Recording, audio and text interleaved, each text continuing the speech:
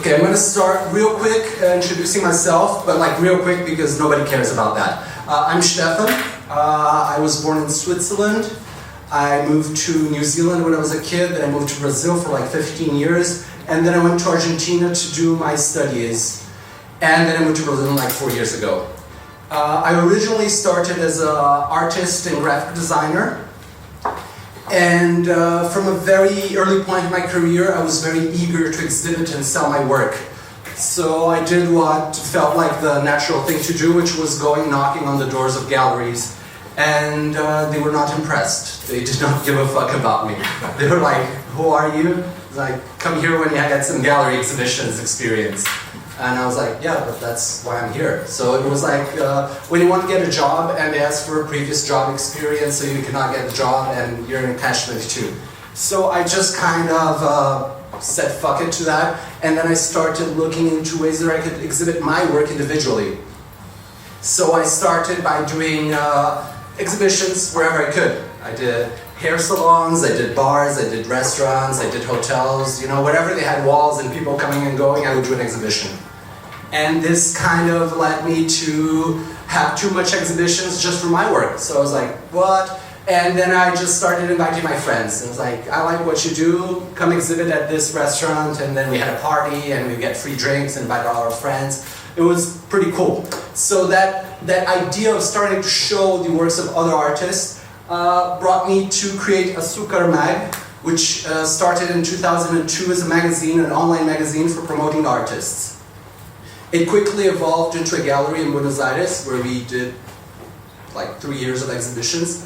And when I moved to Berlin, I decided to bring it over with me, you know. And it was very important for me to sell art when I first arrived to Berlin because I did not know anybody in Berlin, especially anybody interested in buying art. You know, anywhere in Europe, I had zero connections. So selling art online was kind of like the only way I could connect with people interested in buying artworks, you know.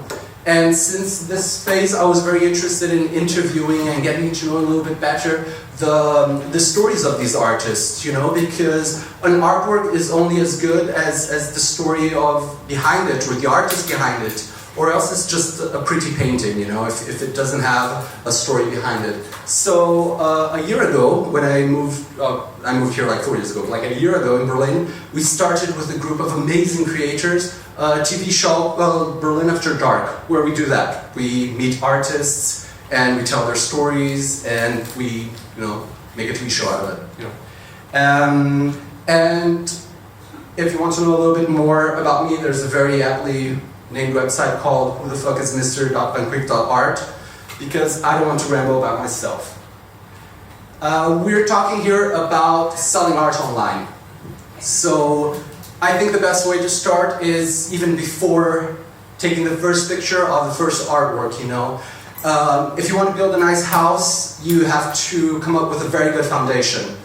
And for selling art online as well, because it's easy to be unorganized when you're selling one work every 6 months, but what happens when you start selling one work a week or 2 works a week, and then it just gets piled up and super unorganized. So it's very important that even before you start this adventure of selling art online, to have like a clear system to organize what you're going to be selling, where you're going to be selling, and how you're going to be selling it.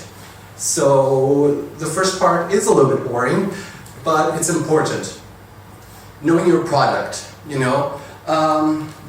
I'm a painter, so whenever I'm going to talk about paintings, so the photographers just scratch that off and put photography and sculptures and so on. So the first thing is know exactly what you're selling, you know. And in most cases, in my case, it's very easy. I'm selling paintings, you know, but what about the second part of that? How am I presenting these paintings? Am I going to ship them stretched in a canvas and I'm going to send them as a roll? Are they unique paintings? I'm going to sell prints. You know, you need to transform your artwork into a product, and you need to become very familiar with the product, you know. In the cases of sculptors or photographers, it's also very important to be very clear about the series. You know, how many copies of each photo are you going to make? How many copies of each sculpture you're going to make? You know, it's get your house in order before throwing a party. So also, if you're a digital illustrator or a photographer, it's also very important to know how you're going to be selling this and shipping this product in the sense of framing and you know, and production, you know. So if you're going to send the artworks framed, that will increase the price of it, but it will also increase, for example, the shipping values and the risk of something breaking along the way. So figure out exactly how you're going to sell it and how you're going to ship it and how you're going to get it to your client before you even start any of that. Also very important to figure out your pricing. That's something that artists ask me all the time about how to price an artwork. It's super personal, you know. But have a very clear pricing for all of your artworks, so the prices of a medium painting relate in a way to the prices of a larger painting. Once you have all of this information, it's very important to create an inventory of your artwork. You know, making sure that you have like a ugly Excel sheet where you have all the information on all of your artworks. This is going to be very important in the next steps to keep a little bit of track of where your artworks are, what are their values, have they been uploaded to different websites, have they not been uploaded to different websites, are they exhibited maybe, are they on loan with a client, that kind of information, so you can have a look of all of your artworks and know exactly where they are on just one file. And that's going to be super important for the next steps, you know, to be able to keep a track on how your online strategy is going. So it sounds super boring, and it is, but if you're making art already for a couple of years or a period of time, it is time to take a break and look at your backlog and go and archive everything. You know, take pictures of everything, write down everything that you have, and you know, just use it as an excuse to tidy up the studio. Once you have a little bit of an overview of what's going on and what you have available for sale and not, it's time to start telling the stories of these artworks. As I said, an artwork is as good as the story behind it, or the story of the artist behind it. So it's very important for you to convey that story. When you're at a gallery or an art fair, it's super easy. You just walk to the person that's interested in buying and just talk with them for 30 minutes and maybe they will buy it. But what happens when this person is not in the same room with you? You know, you will have to use other tools to tell the story of this artwork, you know, and convince that person that this is way more than just a pretty painting. It's a work of art. You know, the obvious ways to do this, text, image, and video. You know, for text, it's very important that you use this space to tell the story of the artwork. This can vary a little bit from your artist persona. So you could decide to talk a little bit about the inspirations behind this artwork, or the moment in your life that you were going through while you created these artworks, or where this artwork fits in a greater series of work. Is it a part of a series? Is it an individual artwork that you did in a specific time? Use this time to really convey and create a story that will, you know, make the people a little bit more inclined to know a little bit more about this artwork. The worst thing they can do is just put title of the artwork, size, year, and technique, because that's super boring. Nobody cares about that. You know, it's technical information. It is important to have that there, but that's not going to change anybody's mind about buying an art piece. That's like super bland information. Nobody cares. You really use this text to convey the story and tell them that there's a little bit more behind that artwork than just a pretty painting. Then, after the text is ready, it's important to photograph your artworks. You don't have to get anything fancy for photographing your artworks. Most of the cell phones that you have in your pockets right now will do. It's just very important to know how to exactly photograph these artworks. I usually like to invest my time and make at least 4 pictures of each artwork. The first one would be plain artwork with no background, you know, just cut off. You know, it's a little bit harder if you're doing non-square artworks, but you know, just put a white background so people can figure out that that is the artwork. Then you're going to have to take at least 2 or 3 pictures of details of the artworks. You know, it could be a specific part of the artwork that has a detail on the composition. It could be if the artwork has a very specific or unique hanging system. It could be the backwards of the artwork. It could be the signature of the artwork if you're selling a classical painting that is important for the collectors to see the signature. You know, so use these 2 or 3 pictures to convey all the little details and unique traits of personality that this artwork has that you would show any collector in a gallery, but you can't because the collector is not there. So you need to take pictures of it. And the last picture that I find super important is in situ photography, where you give the idea to the collector what this artwork is going to look once it hangs it in their wall or bathroom or living room or whatever. For this in situ, it could be just putting paintings around your house and taking pictures of it. It could be calling up an interior design friend that has a cool living room and taking some artworks and photographing them. Or if those options are off the table, you can just, with a little bit of Photoshop knowledge, fake it. You know, so you just download some free pictures of hipster-looking living rooms from Google, and you just copy-paste your artwork there. It works, you know, and once you start doing it, you start to realize online, it's like, hey, that's not a real living room, that's obviously fake. But most people won't, so it's okay, you know. These are like the obvious ways of telling your story nowadays. But over the last couple of months, I've been investigating a little bit more about how to use VR, for example, and augmented reality to showcase these artworks. And the technology options are very vast. The most fun one that I found now is where you can send your collector a little QR code that he glues to the wall. And then with his smartphone, he can see how the artwork would look into his room using augmented reality. So I think that is a little bit of what's coming next. It's still not established technology in the art world, but it's going to come eventually. And then the last part of pregame would be to get your story a little bit out there.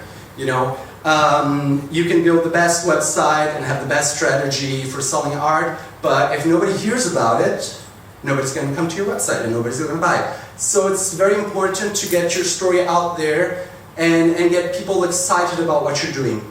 The obvious ones would be social media.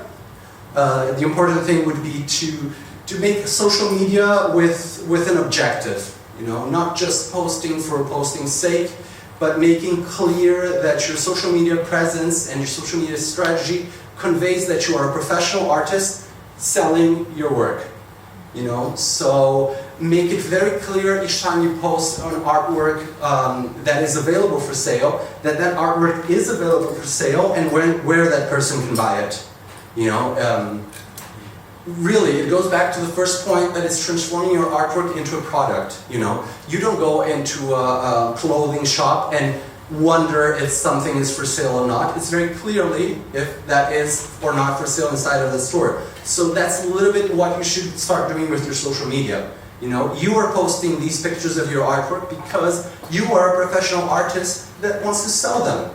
You know, at the end of the day, you know, it might not bring any direct sales from Instagram, but people will know and people will perceive that you're a professional artist. So it's very important to convey that through social media. Social media is like a super big topic, so we can have like a talk only on that, but you know, do nice social media. That's the main takeaway. Then press, you know, once you run out of friends and families to tell your art stories, then you need to contact the press because they will give you access to a whole lot of people that are not in your direct circle of influence. So these magazines, they have a whole following that are not directly related to you. So by them publishing your work, you directly get access and get your artwork in front of people that you didn't know before. So it's very important to have an active strategy into contacting these magazines, blogs, TV shows, and whatever. Again, it's a super big topic, but the best way to do it I found so far is find a magazine that kind of relates with your artwork. So if you're a black and white photographer, you can look for a magazine that specializes in black and white photography. Then you look into the articles that this magazine has published over the last couple of months, and you search for an article that kind of resonates with what you're doing. And then you find who wrote that article and you contact that writer individually. Never go directly to the magazine because it's just a waste of time. What you should be doing as your press efforts is connecting directly with writers or art journalists that are talking about the same type of art that you are. There's like 1,000 million art journalists there. But you should just focus on the piece of the pie that covers the kind of art that you're doing. Exhibitions, you know, obvious, get your work out there, exhibit as much as possible. You know, it's like snowball, it just gets bigger.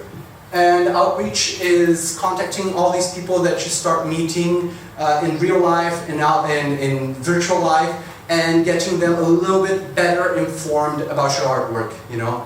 If you see that somebody has been commenting a lot on your Instagram post, for example, it's a very good opportunity to invite them to come over to your website or send them some pictures in private about works that are happening, and really elevate that person from an Instagram follower to a fan, you know. So it's laborious, but it pays back in the end, you know. Just invest the time into having real conversations with these people that you encounter online. And now I'm going to talk a little bit about strategies, because with those three kind of easy steps, you kind of have the foundations of what you would need. You have the material of what you need to start selling your artwork online. The first one would be online art galleries. They are like 500 maybe websites that call themselves art galleries, online art galleries, that specializes in grabbing a lot of artists, putting them together in a website and selling them for a commission. That most definitely works. It just is a matter of selecting very carefully which are the websites and which are the platforms that you're going to be working with. Because maybe these 500 websites that I heard about, maybe 30, 40 are okay, and maybe 10 or 20 are actually doing a good job. So it's a question about finding which ones work better with you. I would say Saatchi is a good website, Artfiner is a good website, Artspare is a good website, but it's just for galleries. But if you have gallery representations, it's a very good place to have your artworks in. And there's a couple more. I can send you a list if you write me an email. The important thing is, some of these websites have, I think last time I checked, Saatchi had like 80,000 artists. It is very easily possible that you upload your artworks there and it just gets drowned in the bottom of 79,999 other artists. So if you're going to invest your time into looking to sell artworks on these platforms, you will have to make an effort to be more visible than 99.9% of those artists. But it's pretty easy, because most of the artists will just upload their artwork there and just forget about it. If you're a little bit smart and with a little bit of effort, you can really rise above all these lazy artists. A couple of good strategies could be contacting the marketing department of these platforms and introducing yourself and saying like, I'm this artist, I do this and this, I like working with your platform for this and this, maybe let's have a collaboration together, I can record a studio visit, you know, on my cell phone and we can send that to your collectors, I can hire a journalist to do an interview with me and send it so you can publish it in your blog. So the idea is for you as an artist to create marketing content that then the online gallery can use to promote you. Because it's very likely that they have more followers on Instagram than you. So you're trying to steal their followers. Another thing to pay very much attention towards with these platforms is their terms and conditions, because some are bad. So just have a look, read the fine print, and make sure that the vision and the business model of this platform is on par with yours. You know, just make sure that their commission and their return policy and all of those tiny details make sense to you. You know, if there's something that smells fishy, it's probably fishy, so stay away. And then shipping, but it's kind of like shipping and money and all of that. Pay a lot of attention to how these websites are going to be dealing with the payments. What are their payment terms? What are their payment time frames? You know, it's always nice to know how fast you're going to get your money. And also figure out who takes care of the shipping. You know, if they are going to take care of all the shipping process, or it's something that you have to do on top. You know, just be clear of all of these these big details before you even sign up for these platforms, because you don't want to waste time. So be sure to do your research before, so you can make sure that that time was well invested and that your relationship with this website is going to be long-lasting and prosperous for both. Another strategy that I like a lot is what we call print on demand. You know, this is a strategy that's especially valuable for digital photographers and digital illustrators. Also, other people that can do kind of digital work. It's a very interesting format because it allows you to print your artwork when somebody buys it. For example, if you're selling prints online, it would allow you to print the prints only when somebody comes to your website and buys it. That is interesting because then you don't have to spend a lot of money producing a lot of prints that maybe nobody would buy. It allows you to really only produce the stuff that you already sold, and that's good. The thing is, it's a little bit more expensive than printing in advance. But most of the platforms that do print on demand, they take care of the shipping and production. So it's basically just send them the order and they will make sure that the collector gets his print at home. These platforms also allow you to print on a various array of materials. So I know some artists find it cheesy, but I like it. But having merchandising like t-shirts, mugs, cell phone cases, you know, most of the artists die when they tell them that, but like, I'm a pop artist, it works for me. But it's just something to have in mind, you know. Maybe you're selling fine art prints to more fancy collectors, but you're also producing tote bags and mugs and t-shirts for a more broke part of your collector base. So keep it in mind, you know. The important thing to have in mind when doing print on demand would be the quality. You know, always when you decide to go into print on demand, order a couple of samples of whatever you're going to sell in advance, so you can reassure the quality of that product, because you don't want a client to call you up and say that the print or the t-shirt that they got was like shit.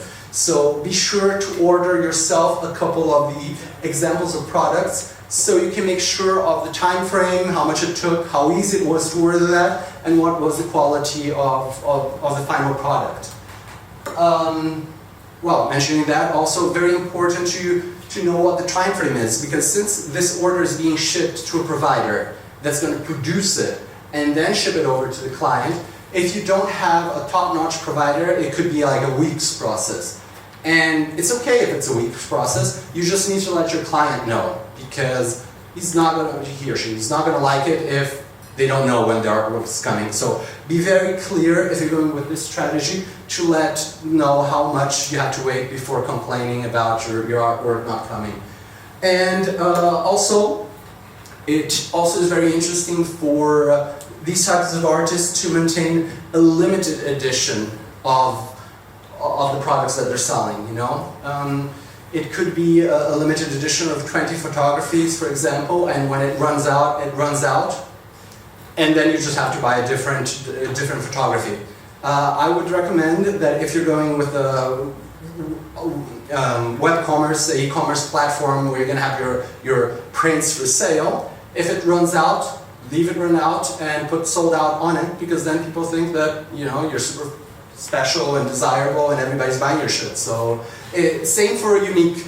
If you have an online platform where you're putting your artworks up and one gets sold, put it sold out, and people will think that you're doing well. So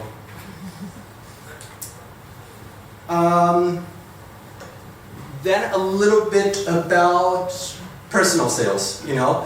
This goes a little bit back to what we were saying about like your Instagram presence and having a back and forth with collectors and, you know, really establishing a relationship with them. So this would be a strategy where you do a more focused strategy of reaching out to people or reaching back to people that showed interest into your artwork, both offline and offline. So this could be like showing them your website and showing them the catalog of all the artworks that are currently available for sale, for example.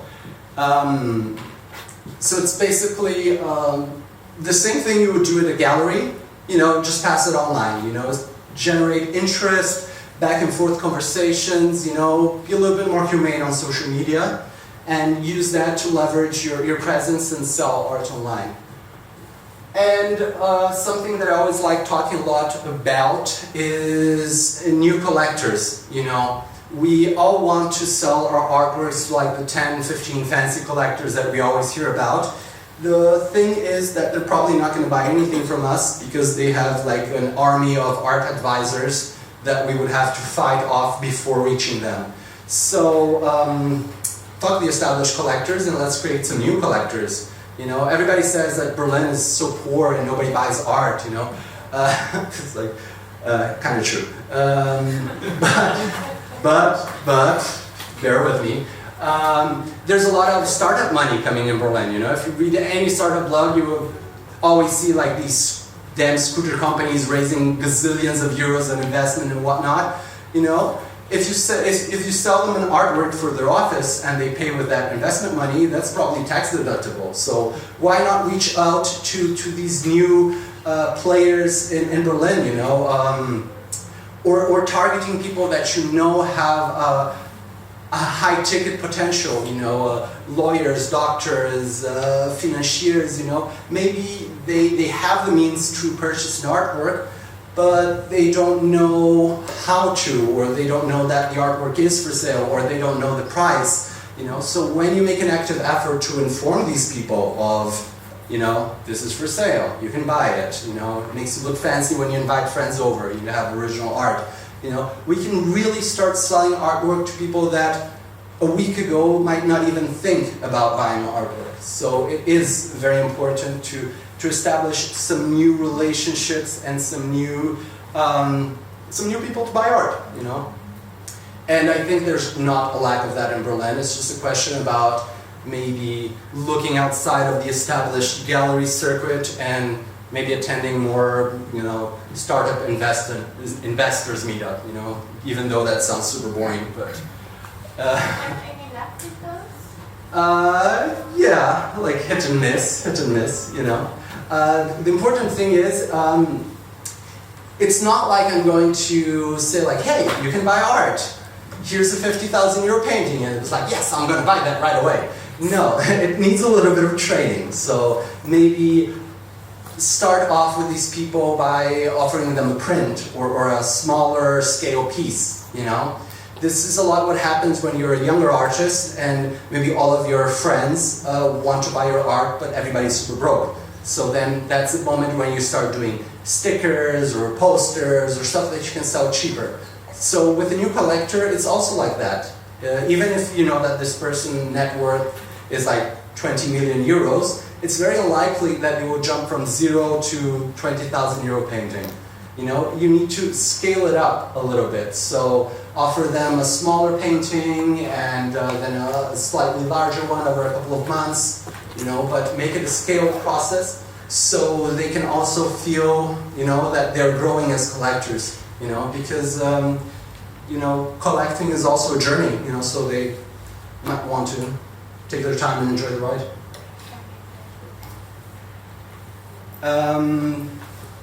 Okay, let's say everything went well and you sold some art, so now we need to talk a little bit about what happens after this art sales, like money and other stuff. Packing, that's like super important. If you're a painter, that's usually easier, but it's very important that you pack your artwork accordingly. So when the collector gets it, it's a pleasant experience instead of, hey, the frame is broken, you need to ship it back, which happens. So yeah, the first thing that you should take into consideration is weight for your artworks. If it's lighter, it's cheaper to send, so everybody's happier. But you can also not compromise the integrity of the packaging by going with cheap, non-durable materials. It's a question of maybe getting a thinner wood but putting styrofoam on the inside so it's lighter but still resistant. Again, weight is very unique to the type of artwork that you're producing and selling, packaging. So you have to be very clear and very, very secure of your artwork and how you package, and that takes some time to develop. Probably you will learn by doing mistakes, but that's okay, everybody does that. So be sure to be able to provide as light as packaging as possible while still ensuring that everything's going to arrive in one piece. Materials, it's a little bit what we were talking about packaging, but for example, a very good practice is when you send a framed piece, not send it framed with glass, but send it framed with acrylic, which is more resistant and lighter. But it scratches super easy, so you have to have like a protective foil before shipping. So this is the kind of stuff that you have to think about when thinking about materials for your shipping. Is it gonna arrive in one piece, and is it gonna weigh a ton and be super expensive for shipping, which nobody wants. And the final thing would be presentation. Just because you're sending a packaging, it doesn't mean that it doesn't have to be nice, So we're all familiar with the popularity of unboxing videos on YouTube, I think that when you send your artwork, it should be an unboxing experience too. Most of traditional couriers are very picky about how you need to have the exterior of the packaging, normally just like a box, but on the inside of that, you can really invest a little bit of time about giving the art buyer an experience, like I always, for example, like to put handwritten thank you notes, thanking that person for purchasing that artwork and telling them a little bit more about the artist. It's also a very good moment to put a copy of the CV of the artwork of the artist and a couple of exhibitions that the artist has been doing and a little bit of the story about the artist, maybe the bio. Because when somebody buys a new artwork and they have it hanging on the wall and somebody is going to come to visit, 9 out of 10, that person is going to want to brag about their artwork, which you sold to them, and they will want to show them maybe a flyer or a brochure or a catalog of that artist, and that can really lead into some referrals. So, fancy person buys artwork, fancy friend likes it, fancy friend buys artwork, it's pretty simple. So it really makes a difference just to make it, the unpacking of it a little bit nicer and going the extra mile, So yeah, shipping is a fucking nightmare, but it's important. First thing, that you should have in mind when you're dealing with shipping for artworks should be an agreement. Who is going to pay for this shipping? You should know that in advance and have that before the sale of the artwork very clear. If you're doing it through an online platform, it's very likely that you don't have to have an agreement with the buyer, just with a platform that is going to say like, hey, we already charged the shipping, just ship it yourself and get the money back when you get paid. But if you're doing a direct sale, it's very important to agree upon the shipping beforehand, because it could get a little bit out of hand. So it's very important also to calculate your shipping correctly. For example, once I sold a picture to France and I calculated French shipping. I was like, yeah, sure, that's France. But it wasn't France, it was the island of Reunion, which technically is France, but it's like in Africa. It's like, yeah, my geography teacher did not tell me that one. So it was like 4 times more expensive shipping that I had previously calculated for, and that ate in very much into the price of the artwork. So always double calculate. If you're shipping to a location that you already shipped before, for example, if you sold artworks to Paris, you know, you already calculated the price to shipping to Paris, so you already might be familiar with a shipping courier that offers you a good deal on that, you know. But when shipping to a new location that you never shipped before, always nice to check 2 or 3 couriers to be able that you get, you know, a nice deal.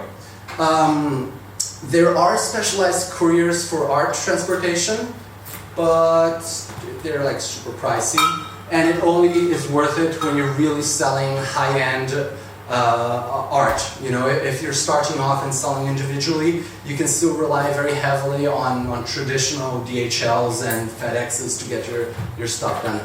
But, you know, if you're shipping stuff with DHL or FedEx, they are not kind to your packages, so make sure you're packaging them right, because they're gonna get fucked up if not. So, you know, back to what I was saying, ship it, you know, pack it nice.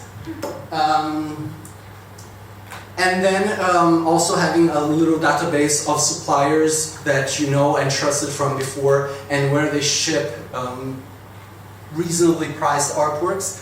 It could be, you know, save you some time in the future. Okay, and the last part of what you should do after selling the artworks would be to building a collector base, because it's very likely that if this person liked your artwork enough to buy it, it's very likely that they will like what's coming up in your artworks enough to buy it too. So you should keep these people informed. You know, the easiest way to be would be like a newsletter. You know, just grab the emails and send every couple of months what I've been up to as an artist. These are my new adventures. Just don't let them forget you, because they will, and they will just go find a new artist to buy their stuff from. So keeping an ongoing, long relationship with these artists, with these collectors, is crucial, because some collectors really get drawn into the artist and really want to know more about what the artist is doing and what's coming on in their career and new techniques or new series. So if you keep them informed, it's very likely to get them purchasing again. In e-commerce, everybody says that the hardest sale to do is the first one, because they're not familiar with you. So that's usually when most of their marketing budget gets spent on getting that first sale from a new client. The second, the third, the fourth sale is super easy, because they already know that the product is good and that the delivery time and all that. So really make that effort to keep your collectors informed of what's coming up in your career. You know, because people want to know. And yeah, I wrote a book on it, which is basically what I just told you, but in a written form. So if anybody's interested in that, and we are going to open up for questions, because everybody's curious. No. No questions? That's the first. One question. Could you maybe share some of the galleries that you recommend? You said we could have a list, but maybe there are two that you Yeah, Artfiner, it's very good. They have an online application format where you submit your work and you only get in if they select you. They also have a platform for galleries to sell artwork through Artfinder.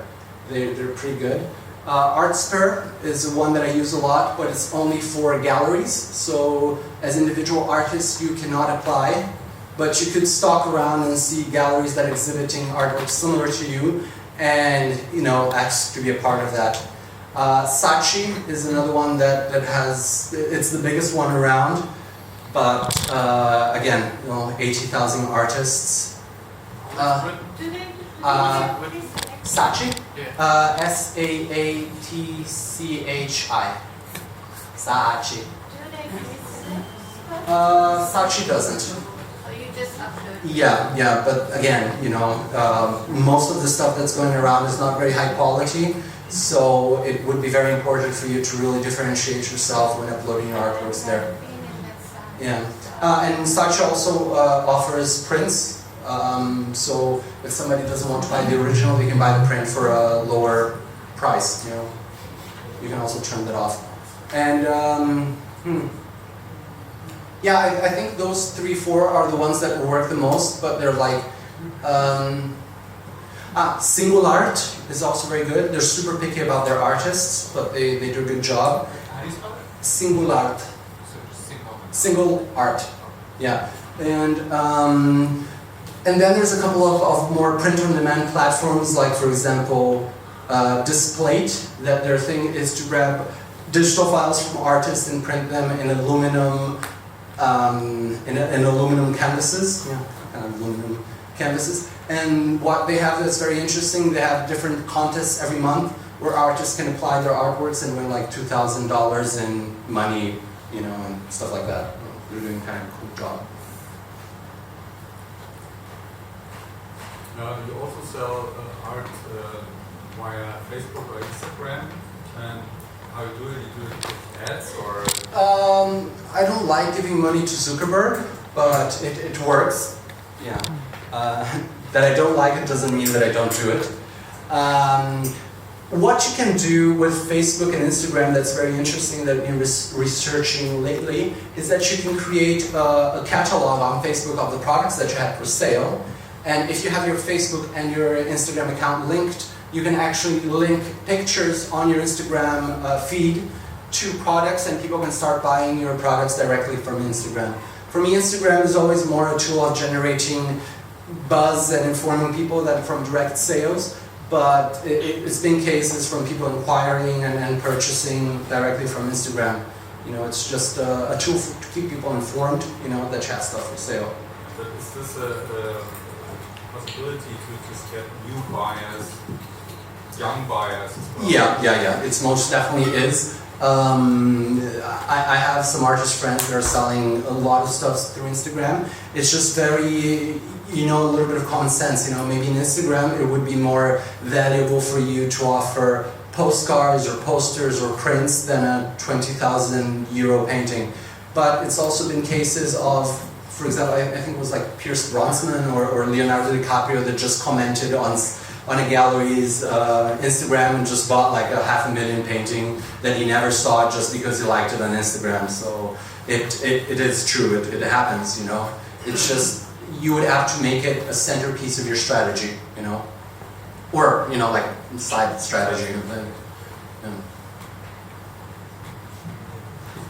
Okay, cool. Then with the announcements, this Saturday, me and my fabulous manager there in the back, we're hosting our new exhibition called Famed at the Now Hotel in Berlin at 7, right?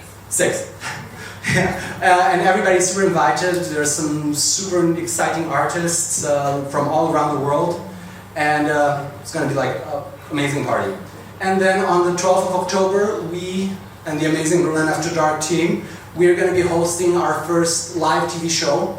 So it's going to be an opportunity for the people that already like the show to come see how we actually make it. So we're going to have live music and interviews and a hell of a party, and everybody's invited to come and be a part of it. So yeah, I think that's it. I'm going to go upstairs and have a drink. Anybody is welcome. You can ask me questions in private if anybody got shy about it. So that's it. Where's it on Saturday? The Now Hotel.